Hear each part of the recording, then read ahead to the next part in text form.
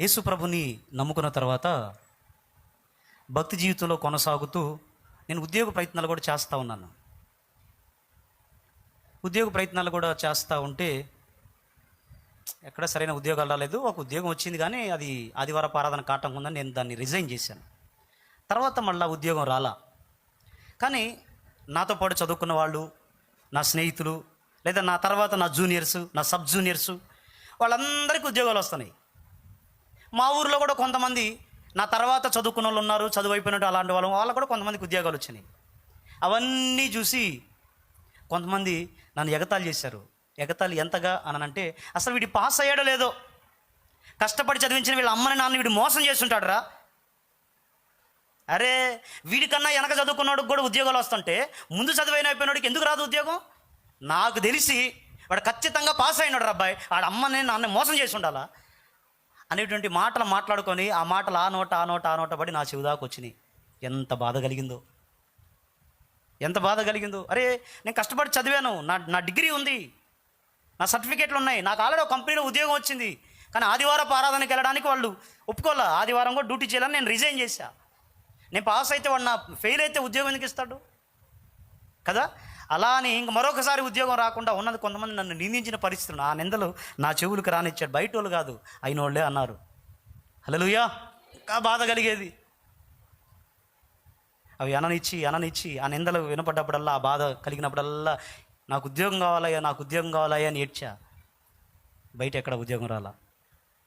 అలా అని గవర్నమెంట్ ఉద్యోగం రాలా, సెంట్రల్ గవర్నమెంట్ రాలా, ఎటర్నల్ గవర్నమెంట్లో దేవుడు ఉద్యోగం ఇచ్చాడు. హల్లెలూయా. నిత్యమైన ఉద్యోగం. ఈ ఉద్యోగం ఎవడు తీసేయగలడు? రిటైర్మెంట్ ఉందా? లేదు. ఇప్పుడు మిమ్మల్ని ఇక్కడ చూస్తున్నాం, పరలోకంలో కూడా మిమ్మల్ని చూడాలి మేము, అవునా కదా? ఈ సంబంధం అక్షయమైంది కదా. ఈ కంపెనీ ఒకరోజు ఉండి ఎత్తేసుకునేది కాదు. ఈ కంపెనీ దేవుని గవర్నమెంట్, ఇది దేవుడిచ్చిన ఉద్యోగం. ఇది ఇక్కడ కొనసాగిద్ది, అక్కడ పోయినాక కూడా కొనసాగిద్ది. ఎందుకనంటే మీరు దేవదేవతలకు తీర్పు తీర్చుదని మీరు ఎరుగరా అంటే, వాళ్ళకి తీర్పు తీర్చడానికి అక్కడ కూడా మనకు పోస్టింగ్లు ఉన్నాయి. దేవునికి మహిమ కలుగును గాక. ఈ ఉద్యోగం ఎక్కడది కదా, అక్కడది కూడా ఇచ్చాడు దేవుడు. ఆలస్యంలోనే అద్భుతాలు జరుగుతాయి, ఆలస్యంలోనే ఆశీర్వాదాలు ఉంటాయి. చాలా కంపెనీస్లో రాలా, వెళ్ళడం నిరాశగా రావడం, కురిగిపోసిన పని. ఈరోజు ఇక్కడ కూడా కొంతమంది, లేదా లైవ్లో కొంతమంది ఉద్యోగం లేదని బాధపడే వాళ్ళు ఉంటారు. గుర్తుపెట్టుకో, దాన్ని బట్టి నిరుత్సాహ చెందాల్సిన అవసరం ఏం లేదు. తప్పకుండా తగిన సమయమందు నా దేవుడు నీ తలను పైకి లేవనెత్తుతాడు. హల్లెలూయా. నన్ను అలాగే చేశాడు. అలా అని సేవలోకి వచ్చిన తర్వాత ఏదో పూలబాట అనుకోగలరు. సేవలోనికి దేవుడు పోస్టింగ్ ఇచ్చాడు, కానీ తర్వాత అది కూడా ముళ్ళబాటే. క్రమక్రమంగా దేవుడు సహాయం చేశాడు. చాలా దయనీయమైన పరిస్థితులు సేవ ఆరంభంలోకి వచ్చినప్పుడు దేవుడే అనుమతించాడు, దేవుడే కృప చూపాడు. ఇక్కడే ఉండేవాడు నేను, మకినవారిపాలెంలో పరిచర్య. నా దేవుడు స్వజనుల మధ్యలోనికి వెళ్ళమంటే వెళ్ళడానికి ఇష్టపడ్డాను. నేను హైదరాబాద్ నుంచి అందుకే వచ్చా. ఇక్కడే ఉన్నా, షాలేమన్న దగ్గర ఉన్నా. మకినవారిపాలెం 30 కిలోమీటర్లు ఉంటుంది, వెళ్ళి వచ్చేవాడిని. అయితే 11వ నెంబర్ బస్సు ఎక్కేవాడిని. హల్లెలూయా. అంటే 2 కాళ్ళ మీద నడుచుకుంటా పోవాలా కళ్యాణి సెంటర్ దాకా.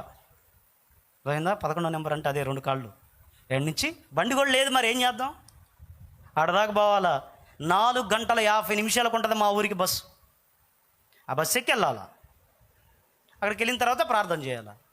ఒకరోజు ఎంత బాధ అంటే, పోవటానికి పోతాను, ఛార్జీలకి డబ్బులు చూసుకుంటే అంతంత మాత్రంగా ఉన్నాయి. వచ్చేటప్పుడు సరిపోతాయా, సరేలే అనుకుంటా వెళ్ళాను. అంటే పోవటానికి రావడానికి సరిపడా ఉన్నాయి. కానీ అక్కడికి పోయిన తర్వాత ఆ గదిలో పడి ఏడ్చి ప్రార్థన చేశాను.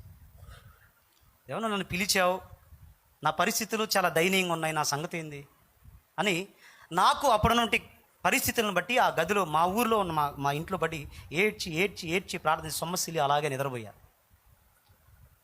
అంటే పంచుకోవడానికి ఎవరు లేరు, ఆత్మీయులు ఎవరు లేరు. అక్కడ అంతా అన్ని జనులు, ఏం లేదు. వెళ్ళాలా, అరణ్య రోధన, వెళ్ళాలా, ఆ గదిలో పడాలా, ప్రార్థన చేయాలా. ఆకలిందా, బోరింగ్లో నీళ్లు కొట్టి తాగాల, మళ్ళీ తెల్లారిపోద్దున దాకా అదే, మళ్ళీ తెల్లారిపోద్దున రావాలా. ఇంకంతే. మా వాళ్ళు ఎక్కడ ఉన్నారు, అక్కడ ఎవరు లేరు. బంధువులు ఉన్నా వాళ్ళందరూ అన్యజనులు, వాళ్ళనేం అడుగుతాం మనం? నీళ్లు కొట్టుకొని తాగి ప్రార్థన చేసి వచ్చేది. అయితే ఒకరోజు అలాగే నాకున్న ఆర్థిక సమస్యలను బట్టి ఏడ్చి సమస్యలు అలాగే పడ్డా.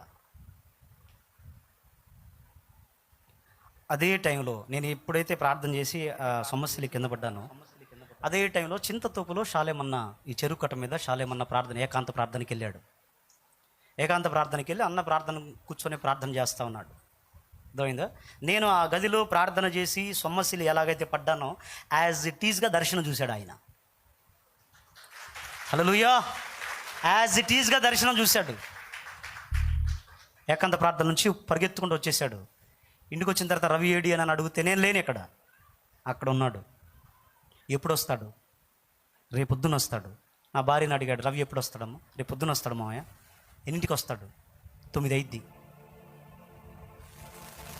మళ్ళా తెల్లారి 9 గంటలకి నేను వచ్చేసరికి నా భార్య దగ్గర ఆ గదిలో కూర్చొని ఉన్నాడు. పాస్టర్ గారు ఉన్నారు, అశోక్ కూడా ఉన్నాడు.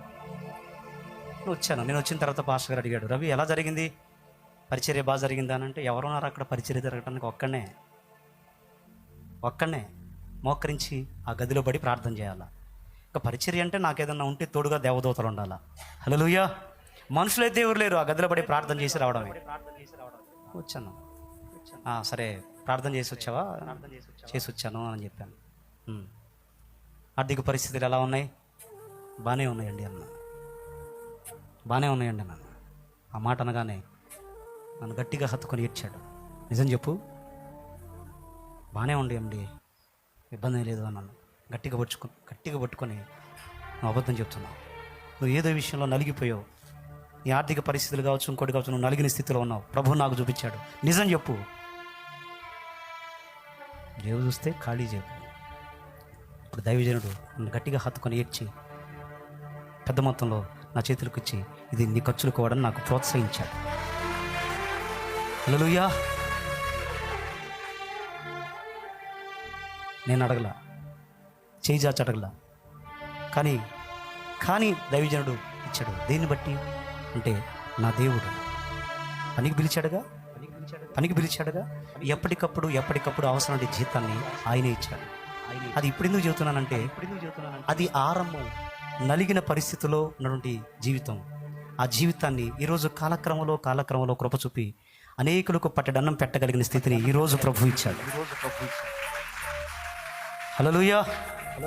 ఈరోజు అనేక చోట్ల 4-5 చోట్ల పరిచర్య చేయడానికి దేవుడు సహాయం చేశాడు. ఒక్క పరిచర్యకే అవకాశం లేక ఒక్కళ్ళన్నా వస్తే బాగుండని ఆ ఇంట్లో కూర్చొని అలాగే ఆ గేట్కి వెళ్ళి చూసేవాడిని, ఒక్కళ్ళైనా వస్తారేమోనని. ఒక్క ఆత్మ కూడా వచ్చిన పరిస్థితి లేదు. 1 రోజు కాదు, 2 రోజులు కాదు, ఇంచుమించు 14 నెలలు, దగ్గరగా 60 వారాలు, ఇంకా ఎక్కువే, 60 వారాల పాటు ఒక్క ఆత్మ కూడా లేకుండా గేట్కి వెళ్ళే చూసేవాడిని. తెస్తాడు. కానీ 60 వారాల తర్వాత దేవుడు తీసుకొని వచ్చాడు. అప్పుడు ఆ విరిగి నలిగినటువంటి పరిస్థితులు, దేవుడి మీద ఆధారపడిన పరిస్థితులు ఏవి వృధాగా పోలా, కార్చిన కన్నీళ్లు వృధాగా పోలా. ఎందుకని దేవుని ప్రశ్నించాల, ఆక్షేపణ చేయాలి, ఏంది నాకేంది అని అనగల. కానీ దేవుడు కృప చూపించాడు. ఆ రోజు చీకటిగా ఉన్నట్టు ఈ జీవితం ఈ రోజు వెలిగించబడేటట్లు దేవుడు సహాయం చేశాడు.